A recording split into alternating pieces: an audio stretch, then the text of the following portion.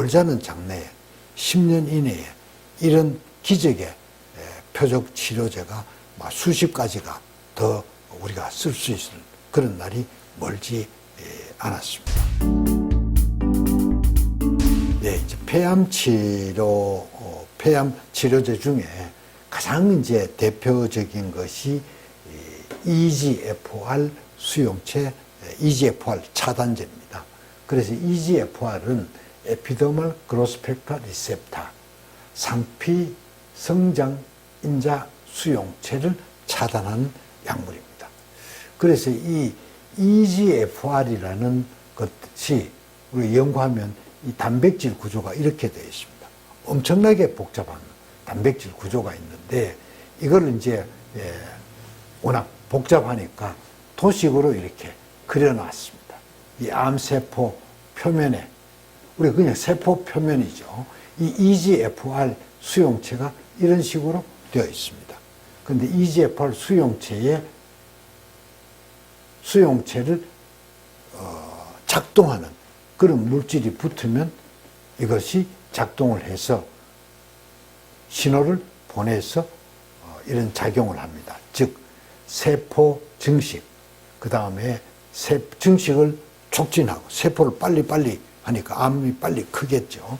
그 다음에 세포 자살 억제, 세포가 손상을 받으면 없어져야 되는데 스스로 없어져야 되는데 그걸 못하게 억제하고, 그 다음에 혈관 신생, 암의 성장에는 혈관 신생이 굉장히 중요하죠. 그뿐만이 아니라 세포가 이동하고 하는데 굉장히 중요한 역할을 합니다. 이거는 주로 전이에 관련되는 그런 작용을 합니다. 그러니까 암세포가 성장하기 위해서 할 수 있는 모든 분야에 이 EGFR이 작동을 하게 됩니다. 그런 아주 중요한 그런 유전자인데 여기에 손상이 있는데 주로 해보니까 주로 어떤 사람한테 맞냐, EGFR 수용체 변이가 주로 젊고 담배를 피우지 않았던 그런 사람한테 많이 생깁니다. 실제로 서남이 많이 늘고 있는데 여성에서 많고 한 번도 담배를 피워보지 않은 분들한테 생기는 그런 폐암이 많은데 상당히 많은 수가 EGFR 수용체가 변이가 있다는 겁니다. 그래서 보면 담배를 전혀 한 번도 피워보지 않은 환자들한테 EGFR 변성이 52%가 됩니다. 그 다음에 이제 쭉 해보면 담배 피운 이 기간에 따라서 담배 피운 또 양에 따라서 EGFR 변형이 점점 줄어듭니다. 그래서 적어도 담배를 피지 않은 사람한테서 가장 많이 생기는 것이 EGFR이다. 그렇게 이해를 하시면 되겠고, 또 서양 사람보다 동양 쪽에 있는 사람들이 EGFR 발현율이 훨씬 높습니다. 그래서 실제로 동양 여자분의 폐암 치료가 어떻게 보면 서양 사람보다 조금 유리하다. 현 시대에는 그렇게 얘기를 할 수가 있겠고요. 그래서 이 EGFR 유전자의 변형에 작동하는 표적 치료제는 이렇게 여러 가지가 많습니다. 그래서 우리 환우들 특히 이제 쓰는 분들 많이 알 거예요. 이거 쓸 겁니다. 타세바, 지오트립, 이레사, 타그리소 이런 것들은 지금 이제 우리 국내에서 지금 환자한테 쓰여지고 있고, 특히 이레사가 제일 먼저 이제 개발이 됐었죠. 그래서 그게 내성이 생기면 타세바로 옮긴다든지 이렇게 하고 있습니다. 그 다음에 이렇게 이제 영어로 적어 놓은 거는 FDA 인정을 승인은 받았지만 아직 국내에서 시판되지 않는 거는 국내 이름이 없기 때문에 그냥 이렇게 영어로 적어 놨습니다. 그 다음에는 이제 이 EGFR 차단제를 이제 쓰면은 언젠가는 내성이 생깁니다. 그 내성이 생긴 환자들을 조사를 해보니까 그 환자들 중에 T790M이라는 변이가 있는 환자들이 있습니다. 이 환자들한테는, 그러니까 EGFR 유전자의 변이가 있었던 환자가 내성이 생겼는데 이 변이가 발견이 되면 타그리소가 아주 잘 듣는 걸로 그렇게 되어 있습니다. 그 다음에 이제 선암은 아니지만 평평상피세포암에 EGFR 진 뮤테이션이 있을 때는 이런 약을 쓰고 있습니다. 아직 국내에는 들어가지 않습니다.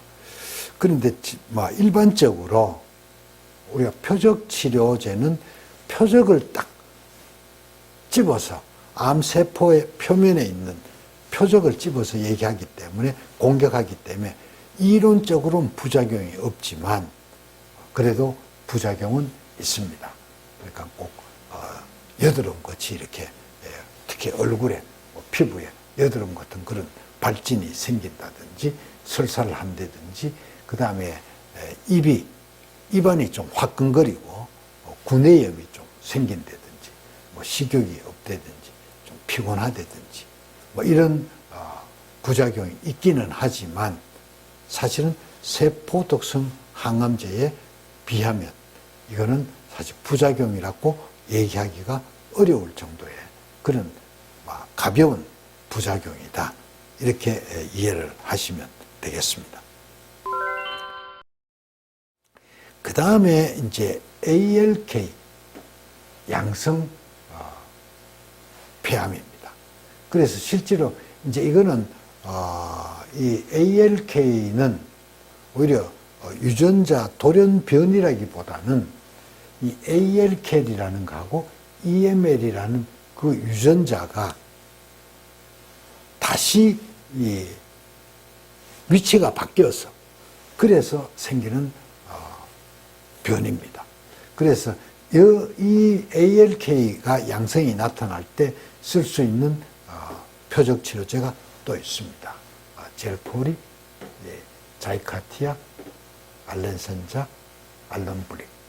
이거는 지금 한국말로 적혀 있는 거는 지금 국내에서 시판되고 있는 거고, 그 이외에 아직 FDA 승인을 받았지만 우리나라에 들어오지 않는 것들이 있습니다. 그래서 지금 가장 많은 유전자 변이가 있는 것이 EGFR과 ALK, 이 두 가지고, 이 두 가지에 대해서 상당히 지금 많이 쓰고 있습니다. 그런데 이 효과들이 상당히 좋습니다. 그래서 폐암의 치료 성적이 매우 향상되고 있습니다. 그런데 이게 이제 주로 일반적인 부작용은 역시 속이 좀 너글거리고, 너글거리거나 구토가 있거나, 그 다음에 설사를 하거나, 혹은 변비가 있거나, 좀 피곤하거나, 그 다음에 이제 조금 시력이 조금 안 좋아지고 흐려지고, 이런 부작용들이 있습니다.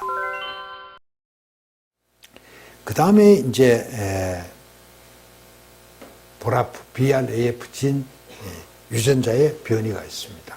그런데 여기는 아직 우리나라에 국내에 들어와 있지는 않아서 이런 유전자가 변이가 있어도 아직 쓰지를 못하고 있고, 이 두 가지의 부작용은 상당히 피부에 쪽에 부작용이 상당히 심하고, 여기는 기록이 되어 있질 않지만 아마 피부 암을 유발할 수도 있다, 이런 것들이 있습니다. 그런데 지금 우선 현실적으로도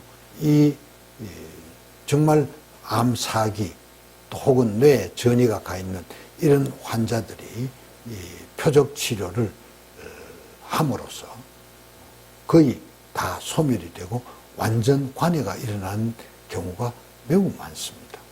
그런데 지금뿐만이 아니라 멀지 않은 장래에 10년 이내에 이런 기적의 표적 치료제가 수십 가지가 더 우리가 쓸 수 있을 그런 날이 멀지 않았습니다. 그래서 우리 암 치료가 하루가 다르게 변하고 있다. 그렇기 때문에 표준 치료를 절대 외면하지 말아라. 대개 이 암 환우분들이 사기라고 얘기하면, 더군다나 폐암 사기라고 하면 쉽게 자꾸 포기를 하려고 합니다. 그러지 않으셔도 우리가 사기라도 상당히 좋은 질의 삶을 우리 오래 살 수 있는 그런 길이 있습니다. 용기를 가지시고 꼭 자기한테 맞는 치료를 찾기를 부탁드립니다.